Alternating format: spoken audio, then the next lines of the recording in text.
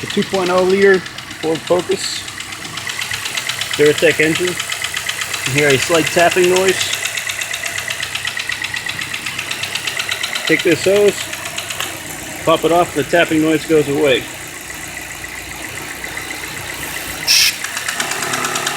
Plug it back in, the tapping noise comes back. What's going on is that there's flaps in here that are tapping back and forth. It's plastic. Cars. It's an IMRC. Intake manifold regulator control. You have to replace that. About $150 to $200. Before you replace that, check this hose. It goes around, behind, underneath, and plugs in. If there's a crack in that, replace that, $3, and it's fixed. Otherwise, you have to replace that module.